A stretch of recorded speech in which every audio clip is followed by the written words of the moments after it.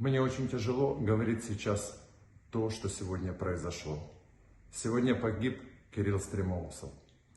Погиб на территории Херсонской области, двигаясь в автомобиле, попавший в ДТП.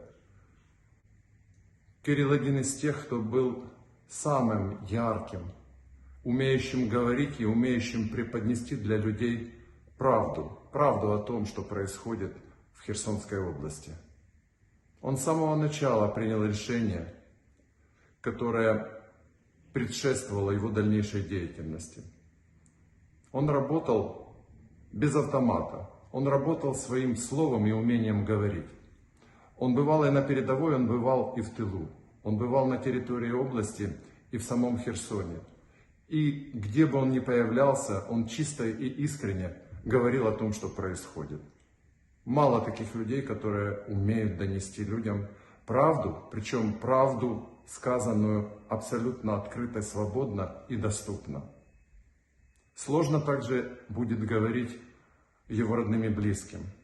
Он многодетный отец, у него 5 детей и должен в скором времени быть 6-й.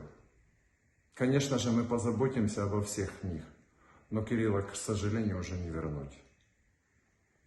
Царство Небесное,